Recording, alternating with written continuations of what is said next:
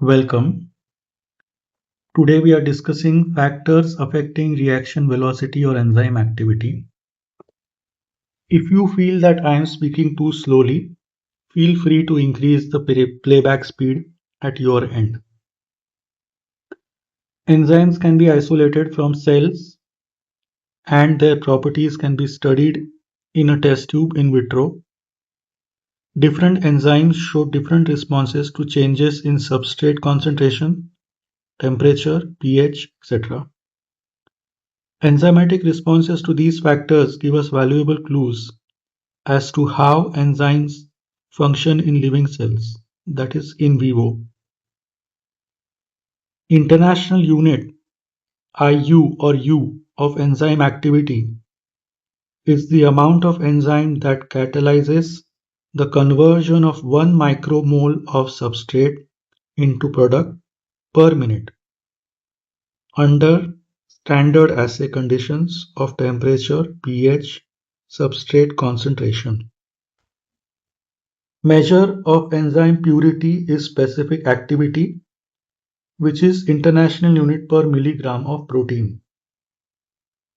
Enzyme concentration is measured as international unit per ml or unit per liter in assay solutions. Katal is the SI unit. Katal is the SI unit of enzyme activity. International unit is widely used, but Katal is amount of enzyme which converts 1 mole of substrate to product per second. This is the conversion. One international unit is 16.67 nanocatals. 1 catal is 6 into 10 raised to 7 international units. So, as you can see that catal is an excessively large unit. Hardly enzymes will have that kind of activity in practical solutions or reactions. And catal isn't routinely used for the same reason, because it is excessively large for typical biological experiments. But however, still it is the SI unit. Why is it the SI unit?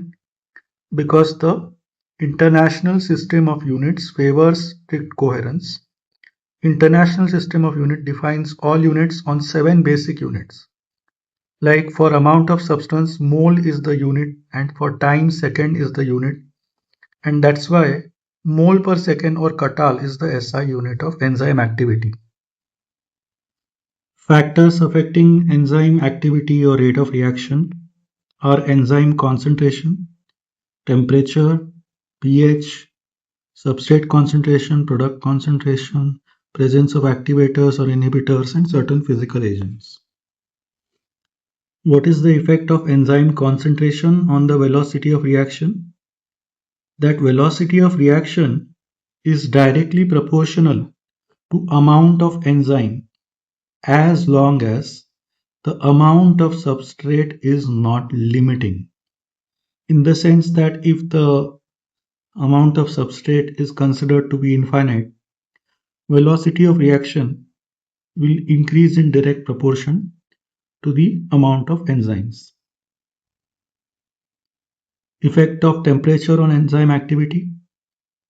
All enzymes have optimal temperature above or below which the activity decreases. At optimal temperature, temperature is Vmax. Enzyme activity is maximum.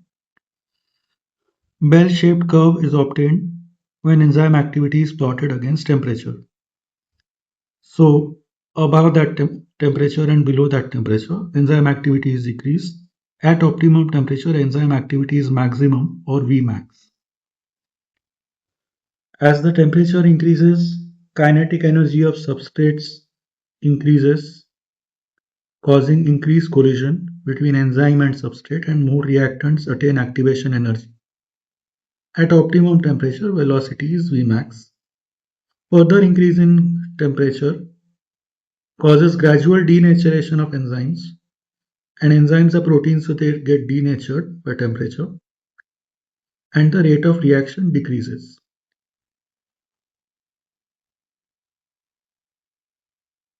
Temperature coefficient is increase in enzyme activity when the reaction temperature is increased by 10 degrees Celsius.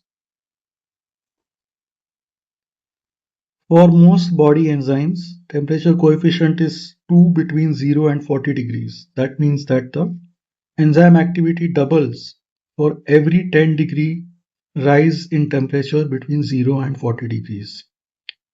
Optimum temperature for most body enzymes is 35 to 40 degrees Celsius. Enzymes like Taq polymerase are an exception to this. Taq polymerase has an optimum temperature of about 70-72 degrees Celsius. It's even stable at the temperature of 95 degrees Celsius. Clinical significance of effect of temperature on enzymes. Refrigeration of food increases the shelf life because bacterial enzyme activity is decreased. In certain cardiothoracic neurosurgeries where they need the metabolic rate of tissues to be decreased, they induce hypothermia. There is an induced hypothermia, that is, the body is cooled artificially to decrease the metabolic rate, and that is what prevents the tissues from damage due to hypoxia, because they may be doing the surgery, they may be diverting the blood flow somewhere, and there may be temporary hypoxia. To prevent damage, they uh, induce hypothermia. And this decrease in velocity, which is caused by decrease in temperature, is reversible. Effect of pH. Each enzyme again has an optimum pH, above and below which its activity decreases. Similar bell-shaped curve is obtained when enzyme activity is plotted against pH, the same as temperature. Most body enzymes have a optimum pH around 7.4. There are few exceptions, like pepsin has an optimum pH of 1.2. Acid phosphatases have optimum pH of 4 to 5. Alkaline phosphatase has optimum pH of 10-11. Trypsin has an optimum pH around 8. How does pH influence enzyme activity? It alters the ionic charges of amino acids at the active site and alters the ionization state of the substrate. What is the effect of substrate concentration on enzyme activity? When velocity of reaction is plotted against substrate concentration, velocity of reaction on the y-axis, substrate concentration on the x-axis, rectangular hyperbola is obtained. Velocity of reaction increases as substrate concentration increases until a point is reached where active sites of all enzymes present in the mixture are occupied and the rate of the reaction cannot increase any further. At this point, velocity is maximum and is called as Vmax. So this is what we will study later also in Michaelis-Menten curve. This is actually called as the Michaelis-Menten curve, where initially the graph is linear, initially in this phase around A, where rate of reaction is increasing in direct proportion to substrate concentration. Then further it bends. So around B, rate of reaction is not increasing in direct proportion. It is increasing but not as much. And the slope goes on decreasing, and finally there is some point here around C where it is almost becoming like a flat line. And that can be tentatively called as Vmax. But rectangular hyperbola does not actually ever become a flat line, and this is one of the disadvantages of this curve, which we will see later. Effect of product. In a reversible reaction, when equilibrium is reached, reaction rate is slowed down. So when product concentration is increased, the reaction is slowed down or even reversed. Certain enzyme products combine with active site of the enzyme and inhibit the enzyme activity. Activity of many enzymes is dependent on activators. Metal ions which activate enzyme are called activators. And coenzymes, which are required for optimum function of the enzyme. In absence of these activators or coenzymes, enzymes become functionally inactive. Substances which either stop enzymatic reaction or decrease the rate of reaction are called inhibitors. Effect of physical agents. Electromagnetic waves. Electromagnetic waves can inhibit or accelerate enzymatic reactions. They can inhibit or accelerate. So microwaves enhance reaction of proteolytic enzymes like pepsin, papain. UV rays inhibit salivary amylase. Enzyme kinetics is the study of rate of chemical reactions catalyzed by the enzymes. By measuring how fast the enzymes convert raw materials to products, scientists can understand how enzymes function, how metabolic pathways are regulated, how drugs or inhibitors alter activity of enzymes. The core concept here is Michaelis-Menten kinetics, as we just discussed, an effect of substrate concentration on the velocity of reaction is Michaelis-Menten kinetics. Michaelis-Menten in 1913 proposed that enzyme and substrate combine to form enzyme-substrate complex, and that dissociates to form product. This theory is still acceptable, and most single substrate enzyme reactions follow Michaelis-Menten model. This is the equation with rate initial velocity of the reaction V0 is Vmax times S upon Km plus S. So V0 is initial velocity of the reaction. S is the substrate concentration. Vmax is the maximum velocity reached when all enzyme molecules are saturated with substrate. And Km is Km unit is moles per liter is the substrate concentration at which the rate of reaction is half of Vmax. Km is a reflection of how well the enzymes and substrate bind. That is also called as affinity of the enzyme for the substrate. What is the significance of Km? Km is also called as Michaelis-Menten constant or Briggs-Haldane constant. This can be, you have to write this in the exam, it can be asked.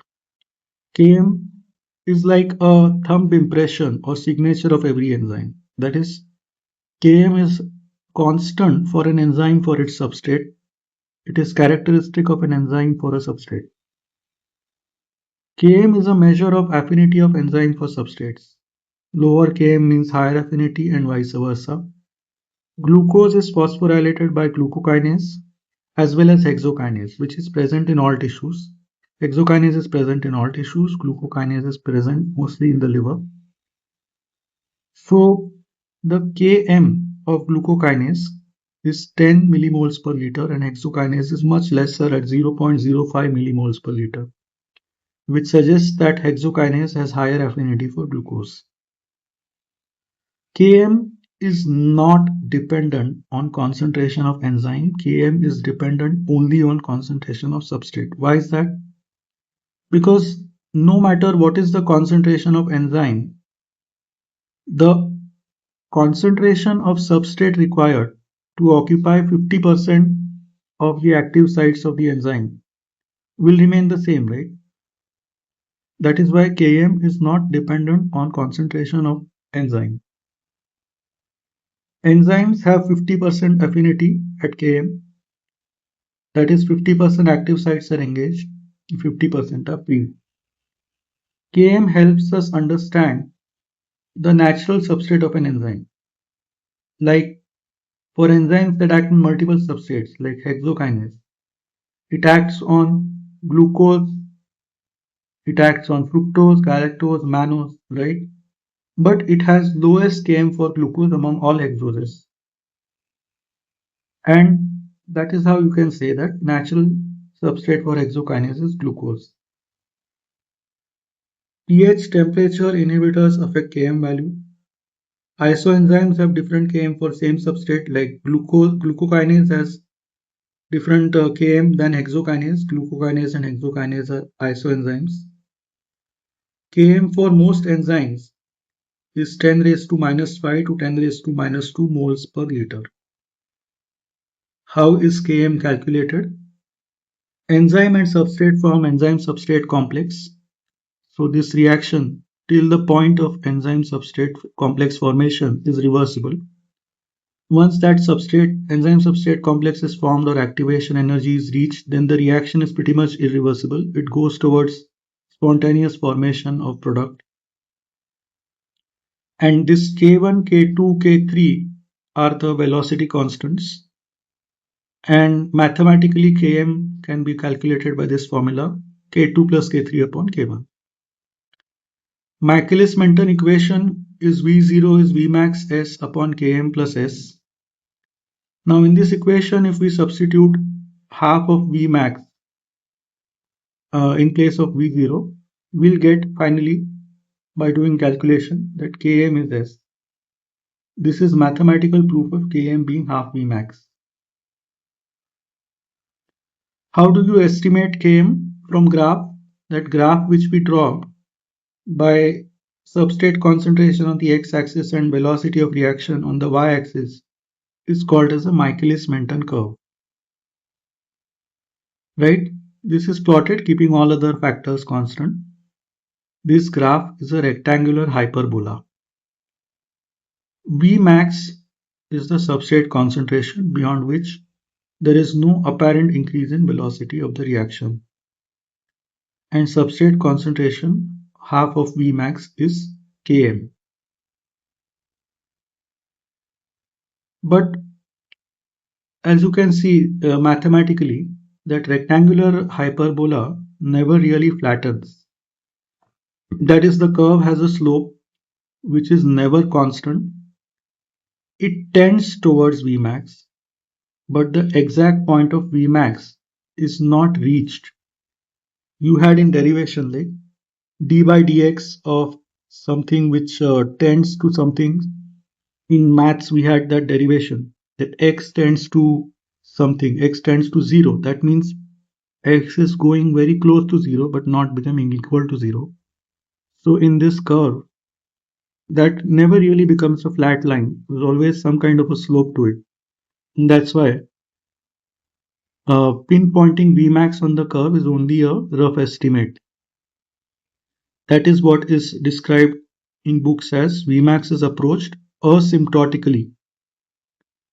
Estimation of Vmax is not possible for substrate concentrations which are much lesser than those that are required to saturate active sites of all enzymes present. That is, if you are using substrate concentration which is much lesser than what is required for Vmax, you cannot estimate Vmax for the reaction using Michaelis-Menten curve. And sometimes it is not even practical, it is impractical to achieve high substrate concentration to reach Vmax. And in these situations, calculation of Vmax, Km, so actually should have been just calculation of Vmax and Km. They may be difficult via the substrate saturation curve or Michaelis-Menten curve. Michaelis-Menten curve is also called as substrate saturation curve. And then in these situations, what do they do? Scientists, what do they do?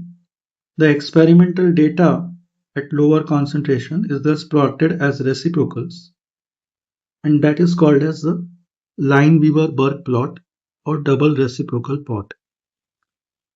Reciprocal of velocity is plotted on the y-axis.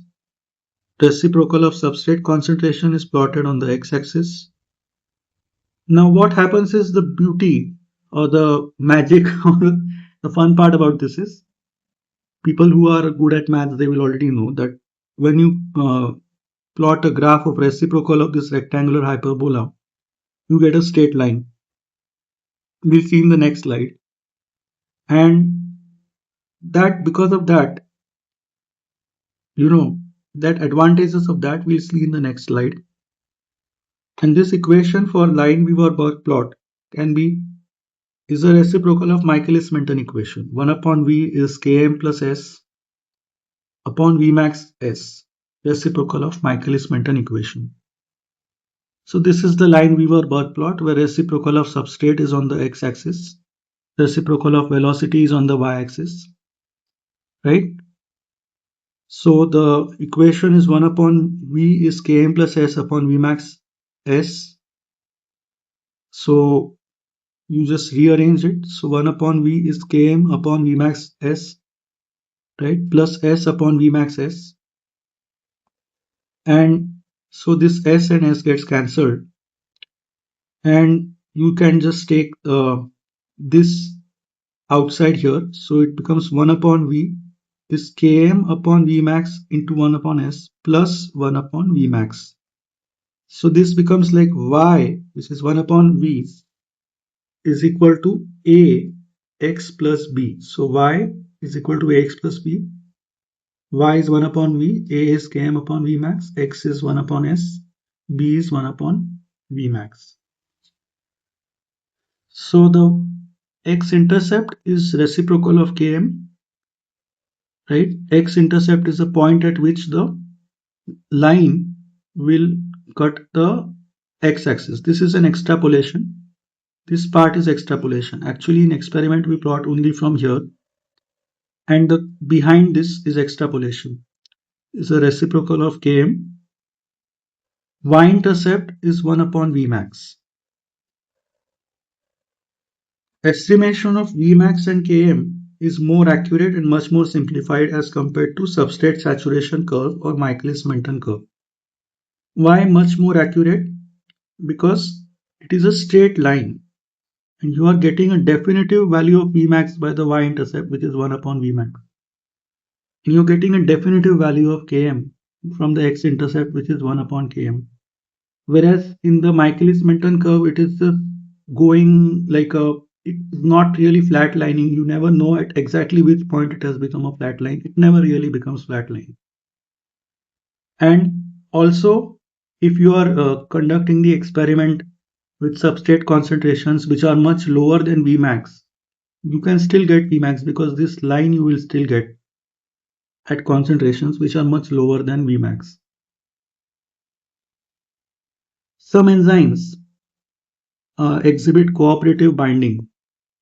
What is cooperative binding? That is, binding of substrate to one unit enhances affinity for binding to other subunits, or you can say that binding of substrate to the enzyme enhances affinity for binding to other, enhances the affinity for further binding to the enzyme. It's not always like this. It can even be negative cooperativity in the sense that binding of the substrate can even decrease the affinity. It can even decrease the affinity for binding to other subunits or the same enzyme. But this is UG level. You just have to know that not all enzymes follow Michaelis-Menten kinetics. There are some enzymes which have cooperative binding. They will not have Michaelis-Menten kinetics. So their dissociation, when you plot their velocity of that reaction to substrate concentration, you will get a sigmoid curve, S-shaped curve, right? Which is similar to oxygen binding curve of hemoglobin. Why? Why is it S-shaped? This can also be compared to real life situations, right? When we start doing something significant in life, initially we don't see results as much as the efforts that we are putting in. So there is a lag phase where the efforts are not results are not commensurate to the efforts. That is where the foundation is being laid. You start bodybuilding, you start studying something, you start learning something new. It takes time for the foundation to be laid. And then once your foundation is laid, there is an exponential phase. Even in corporate career or wherever, you rise suddenly, very fast. And then there is a plateau. Like after you have reached a certain point, there is not much further growth. Say if you become prime minister of a country, what else will be your growth? You will just continue being the prime minister and you will maybe your global influence may increase. So that is the plateau where the lag phase is when your foundation was being laid. Exponential phase is the middle of the S, and then the deceleration phase. So binding of substrate enhances binding of more substrates. Initially it is slow, then it becomes fast, then it plateaus as the reaction reaches its so-called Vmax. They do not follow Michaelis-Menten kinetics. Obviously, as you can see that it is not a rectangular hyperbola, it is an S-shaped curve. So that equation is not useful here. So for determining the Vmax of these enzymes, we use something called as a Hill equation. That is not, you will see that Hill equation in hemoglobin oxygen dissociation. But for enzymes, you don't need to know that at UG level. Examples of enzymes that show cooperative binding are phosphofructokinase 1, aspartate transcarbamylase, also called as ATCase, glucokinase, threonine deaminase. Aspartate transcarbamylase is used in pyrimidine synthesis. Threonine deaminase is for isoleucine synthesis. Isoleucine synthesis.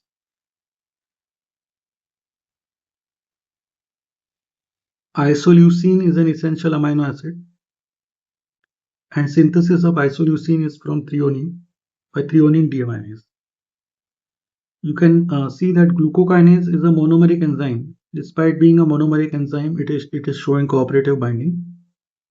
So cooperative binding is not just for multimeric enzymes, multiple subunits, but also for monomeric enzymes. So I would request that those of you who are MBBS students, they can stop watching the lecture from this point. That is all for factors affecting enzyme activity and Michaelis-Menten kinetics or enzyme kinetics. Next class, we will see enzyme inhibition. Those of you who are pursuing post-graduation in biochemistry, MD Biochemistry or MSc, or they can continue to watch, or even MBBS, you can continue to watch for a little extra points. So we saw that cooperative binding has a sigmoid curve and it has a Hill equation for calculating Vmax and Km. Km in cooperative binding is not called as Km, it is called as K 0.5 or K half. It is called as K 0.5 or K half because it is just the substrate concentration that yields half maximal velocity. That means concentration of substrate at which 50% of the enzymes are saturated with the substrate. But it is different from conventional Km. How is it different from conventional Km? Because it is just an apparent dissociation constant. Because we saw that Km suggests or it shows actually Km is a reflection of affinity of the enzyme for the substrate, right? But K 0.5 is not a true indicator of enzyme affinity because in cooperative binding, substrate binding changes affinity of enzyme for the next substrate. Either it increases or decreases. So K 0.5 cannot be a true indicator of enzyme affinity for substrate. We can see graphically K 0.5 will be somewhere around here on this line somewhere where 50% of the enzymes are occupied by substrate. So in this equation, V is Vmax into S raised to n upon this equation. N is the Hill coefficient, where if n is equal to 1, you see that this reaction exactly becomes like Michaelis-Menten curve, Vmax S upon Km plus S. And that means that it is non-cooperative binding. Reaction follows Michaelis-Menten kinetics. If n is more than 1, it means positive cooperativity. Phosphofructokinase 1, aspartate transcarbamylase, glucokinase, they show positive cooperativity. Negative cooperativity is binding of substrate will inhibit binding of more substrate. That is shown by glyceraldehyde 3-phosphate dehydrogenase. Binding of NAD to glyceraldehyde 3-phosphate dehydrogenase decreases the affinity of Glyceraldehyde 3-phosphate dehydrogenase to NAD. Further binding of NAD, affinity is decreased. Glutathione transferase shows negative cooperativity. Even aspartate transcarbamylase itself, it shows positive as well as negative cooperativity depending on the situation. So we saw that there is another Hanes-Woolf equation. There is Hanes-Woolf equation. How is it obtained? Like, this is the Lineweaver-Burk equation, which is reciprocal of Michaelis-Menten. If you just multiply by substrate concentration, then this will become S upon V, right? This will be 1 up, and then you rearrange it a bit. You get this equation, S upon V is half Vmax into S plus Km plus Vmax.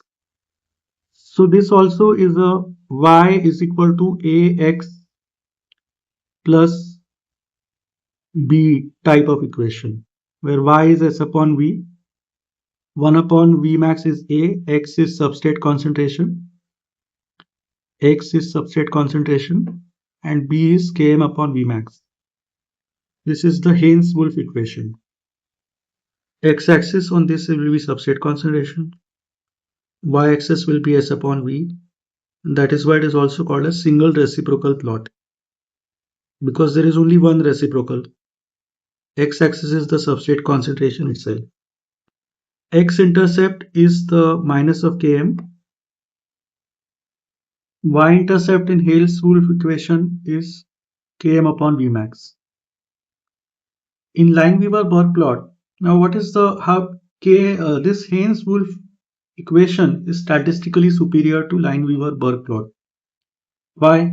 We must have all plotted in our PG experiments that if there is an error in the lower substrate concentration, because it's a reciprocal plot 1 upon S, so lower substrate concentration, say if it is 0.2, 1 upon 0.2 is 5. If 0.2 becomes 0.1, suddenly becomes 10. So 1 upon S from 5, it becomes 10. So that's a huge variation, right? By change in just 0.2 becoming 0.1, it is becoming 5 to 10. 1 upon S. So at lower substrate concentrations, they can skew the slope of the line, because 5 to 10, so if you're plotting the graph, so if you're plotting this and it suddenly becomes 10 here, so the slope becomes like if it was like this and there suddenly here, if it was going to be like this, it becomes like this. So the slope of the graph has suddenly changed. And that is why there can be error in calculation of Vmax and Km. Hanes-Woolf plot being subtraction substrate. So it is plotting substrate concentration. So Hanes-Woolf plot is plotting substrate concentration on x-axis. It's a single reciprocal, so there is only y-axis S upon V. So it distributes experimental errors more evenly across range of substrate concentration, hence it is more accurate. This can be asked by examiner, right? Which is another graph other than Michaelis-Menten or Hanes-Woolf, other than Michaelis-Menten or Lineweaver-Burk. Hanes-Woolf is one other graph. Hill equation is one other for cooperative binding. Then the energetic graph, which we show for the reaching of the activation energy, that is another graph. Enzymes lowering. So this is the rate of reaction and this is the energy. So that is another graph. And there is one more that that we can read about. And so all these are graphs of enzyme kinetics for PGs.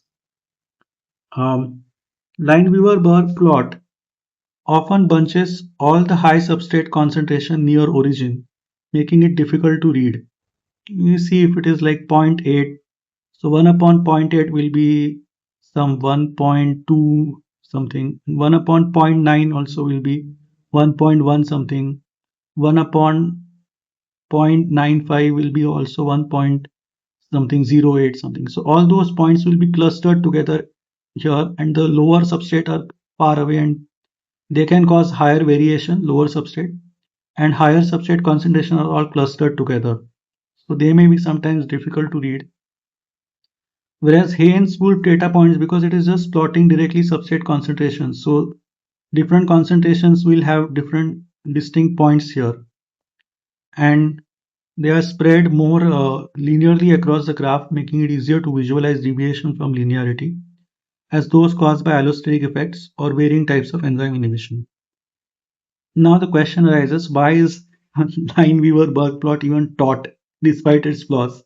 It is taught because it amazingly describes the effects of enzyme inhibition, competitive, non-competitive, uncompetitive, right? As we will see later when we study enzyme inhibition, how Lineweaver-Burk plot is good for visual clarity of enzyme inhibition. Historical legacy, it was published in 1934 and it was the first widely used method to linearize Michaelis-Menten equation. It was one of the most cited papers in Journal of American Chemical Society. That's why it is in the books. And its conceptual simplicity, on the x-axis is 1 upon s, 1 upon v. So these are clearly demarcating the substrate concentration from velocity. Whereas Hanes-Woolf plot on y-axis is s upon v. So they उनको मिला दिया है एक साथ.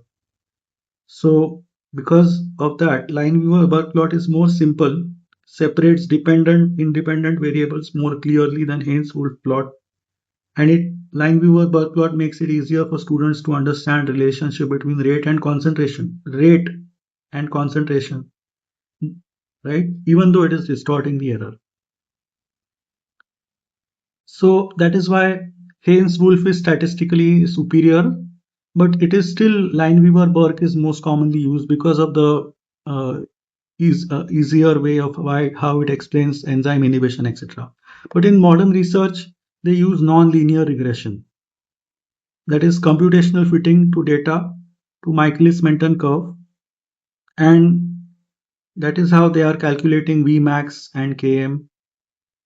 They are not even using Lineweaver-Burk these days, and this avoids error distortion inherent in all linearization techniques. So thank you so much. We'll see you again.